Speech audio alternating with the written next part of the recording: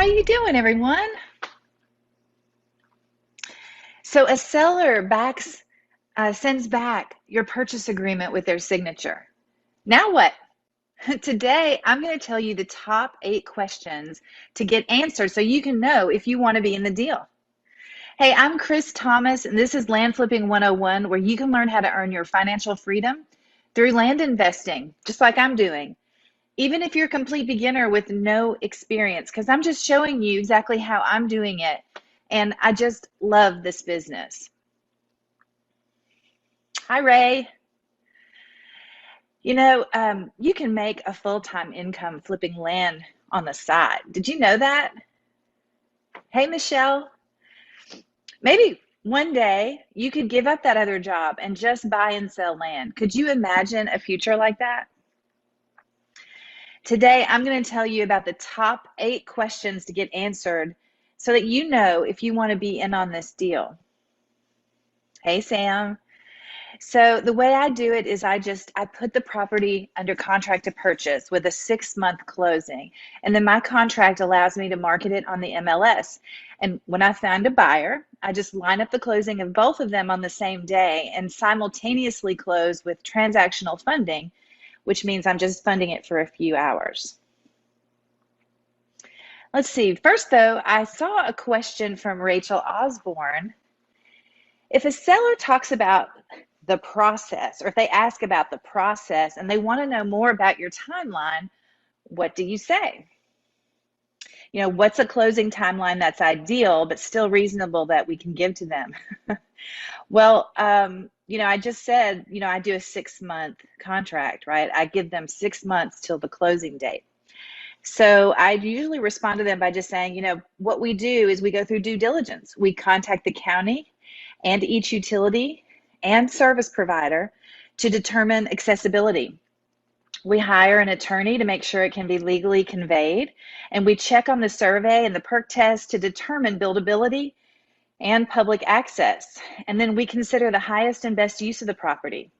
Of course, we move as quickly as possible through the process, and we'll be happy to communicate with you along the way. That's pretty much what I will tell someone. And I say, of course, if I can close sooner, I will, right? Because as soon as I can get it on the market and find a buyer, I'm ready to close. So no need to wait 6 months unless we don't have a buyer. I had another person ask a question saying, I want to avoid all the extra closing costs, because if you do what I'm doing, a transactional funding does require 2 closings, a closing with the seller and then a closing with the buyer. And a lot of people want to avoid those extra costs, but I go ahead and close twice because I can use, well, first of all, I can earn 100% return on my investment, right? My very first deal was a 412% return. 100% is kind of like the bare minimum. That's kind of what I'm going for. But my first deal was 412% return. I bought it for 34. I sold it for 140. I just love land flipping so much because I can do the whole thing online without ever visiting the property or even fixing anything.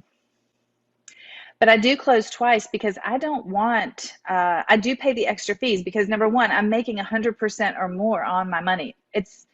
Yeah, I would love to save it, but it allows me the protection so I don't have to share with the seller what I'm selling it for, and I don't have to share with the buyer what I'm buying it for. It gives me some anonymity, or not anonymity, it gives me privacy. It gives me privacy. No one knows what I'm making. Okay. Let's see. I see a question from Nahi, 6 month, don't you get pickbacks for shorter closing dates? I'm not sure what you mean by that, but I don't usually have any problem getting a 6-month closing date because most of the people that I'm buying from are motivated sellers. So today we're going to talk about a seller sends back your purchase agreement with their signature. So you already know they're motivated and you've already checked the comps and you know that the price is right. Okay. So now what do you do? And of course you do your due diligence. So I'm going to tell you the top 8 questions to get answered so you can know if you want to be in this deal. And due diligence is just a reasonable investigation you take before entering into a binding agreement with another party. the aim here is just identifying any potential problems, right? So that you know exactly what you're getting. You understand the risks, the costs, and the benefits. We have to do that when we're buying the property, and our buyer has to do it when they're buying it. So I go ahead and do it all for both parties at the same time, because due diligence gives me the confidence about whether or not I want to do the deal with the seller, but also how the buyer can make the deal work. Usually there's a time frame given, which is called the due diligence period. My contract, I would say that's the 6 month to the closing date. But for your end buyer, they're going to probably have a short window, like a week or 2 weeks. But this is when you're doing the more in-depth review of the property, just to determine if you want to move forward with the deal. And you're going to look for any red flags and look for key factors. Okay. And I think there's just really eight questions, okay, to ask. Before I do, let me check the questions you guys are posting. Let's see. Adolfo, is there a percentage you're always going for, or a minimum on ROI? Well, Adolfo, I typically I'm making offers at 25% of the retail market value price of a similar property. And then I'm trying to sell it at 75% of the retail price. My personal goal, and everyone needs to make their own goals, but I'm trying to at least make $20,000 on a deal. But even before that, I want to make sure I can at least double the investment. So I'm looking for 100% ROI and $20,000. So I'm targeting bigger deals. And like I said, in that first deal we did, 412%. It was beyond my wildest dreams. And I thought that was definitely a sign saying it's time to get into the land business.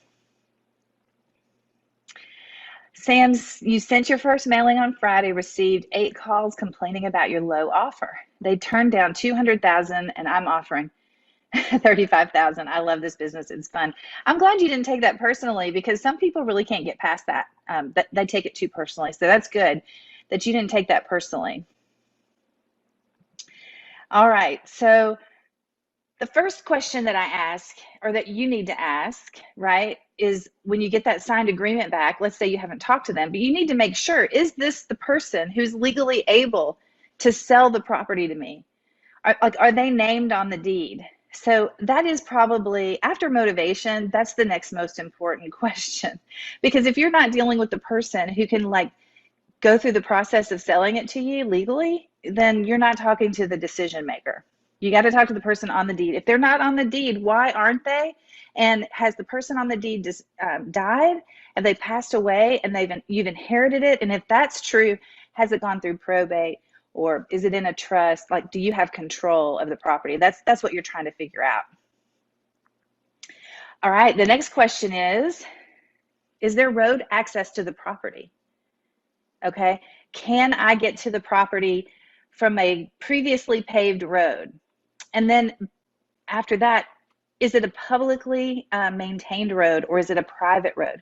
If it's a private road, do I have an easement on the deed? You need to know if there's a legally deeded easement to allow you to access that road, okay? If it's a private road, you have to have an easement. All right, next would be flood zone. So is it in a flood zone? And if so, how often does it flood? What percentage of the property is in a flood zone? And what kind of history is there in that regard? The availability of utilities is huge, right? Because when you're building a home, there are basically 3 utilities required: electric, water, and sewer.